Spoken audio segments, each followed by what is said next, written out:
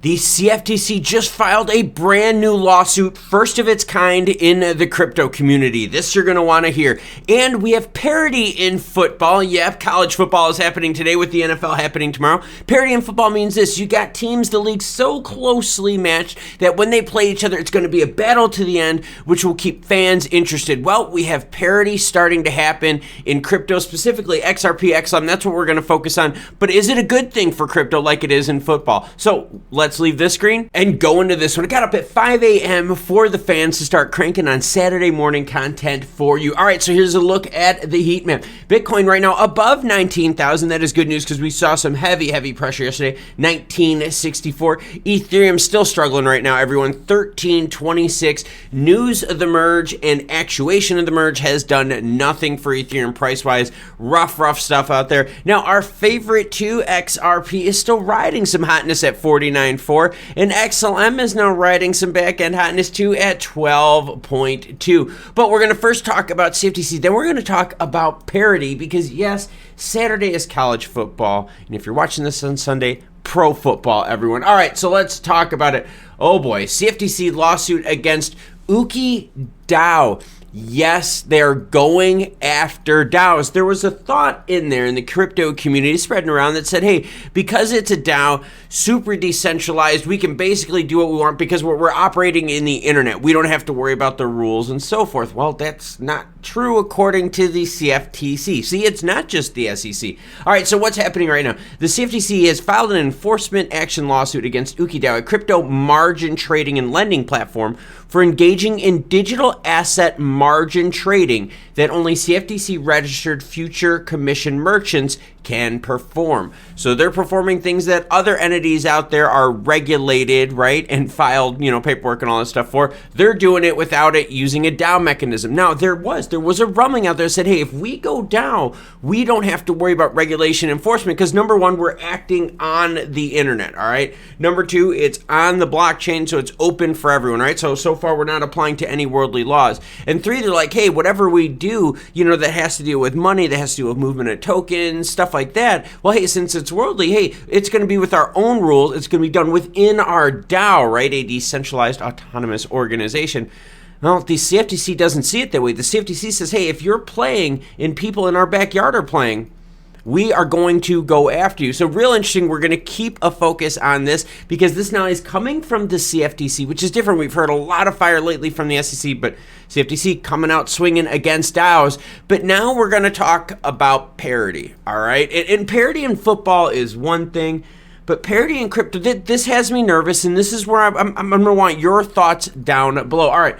Buterin expects Dogecoin and Zcash to move from proof of work to piece of shit, proof of stake. All right, my bad. All right, like the Ethereum merge, the transition would change proof of work to proof of stake mechanisms for both Dogecoin and Zcash. Now, Buterin is saying this, saying, hey, look, they're going to do it. We could do it as Ethereum. They're going to do it. It's going to help them with energy concerns, regulators. We've talked about it before.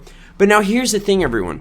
If everyone starts moving over to a proof of stake mechanism or a mechanism that uses very low energy, kind of like what happens with XRP and XLM, if we all move over to that, then there's parity created, right? Everyone's on that equal plane.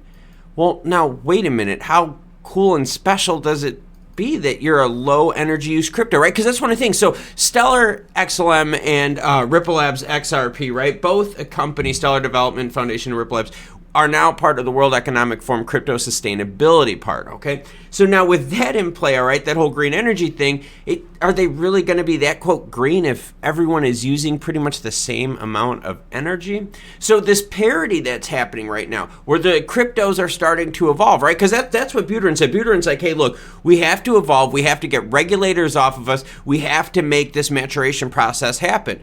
So now if all of these other chains, these newer ones, right, these younger ones are starting to go through this process, it makes everything look similar. So now what can XRP, what can XLM do specifically in the future to make themselves different? And I know a lot of you out there are saying, hey, wait a minute, Klaus, Stellar hat. What about smart contracts with Stellar? Okay, cool. But Ethereum has smart contracts too. Now, don't get me wrong. The throughput on Stellar way better than Ethereum, and that's where Stellar is going to have the advantage. But you're now going to have other throughput giants out there that have low energy use, right, that are proof of stake. You're going to have this parity. you're going to have this grayness. Nothing is really going to stand out unless we start seeing more and more evolution within these chains. So comment down below, do you think you're going to see more of these chains go to proof of stake? Is that going to make parity across crypto a problem? And what are XRP, Xlm Stellar Development Foundation, and Ripple Labs doing in order to stay ahead of the technology curve? So two big topics here, and let's break it down. All right, CFTC and the DAO. Here's how it works, all right? Let's say you were looking at some illegal things on the internet, all right? So if you're looking at illegal things on the internet, you're like, okay, well, wait a minute, it's not illegal. The server is being hosted in Belarus, China. Okay, so maybe it's not. No. The illegal part is you viewing something on U.S. soil, right? Doesn't matter what you're viewing it from, host-wise, what the content is. Within U.S. laws, if you're doing it, blah, blah, blah, you're busted. That's the same concept that the CFTC is doing here, right? They're saying, hey, it doesn't matter if the DAO is totally decentralized. It doesn't matter if the activity is all based on the web. It doesn't matter if there's not an owner. If you're using it here within the United States, we're going to apply applicable United States law to the actions of that. See, now that tackles into the secondary market, which means the users, see, people like you and me, because they would be going after the users, because a DAO, you would also be a user as well as, you know, an owner, right? A participant, decentralized autonomous organization, right? When you own it, you're part of an owner of that. You make the decisions. So really interesting double-edged sword there. And parity in the league, parity in football. XRP, Xlm, Stellar Development Foundation, and Ripple Labs, they're going to have to do something. Now, I know Stellar Development Foundation, and yep, I'll put the head on quick, is going to be having smart contracts coming up soon. But you're going to have a lot of players out there that are going to have the same tools. It's going to come down to marketing, awareness, and partnerships. And I know the whole Klaus Schwab thing, World Economic Forum, has got a bunch of you burned out there. But I would rather make friends with those people than make enemies with them. If you like this video, check out this other cool Web3 content right here. Thank you very much for watching, and have a great start to your weekend.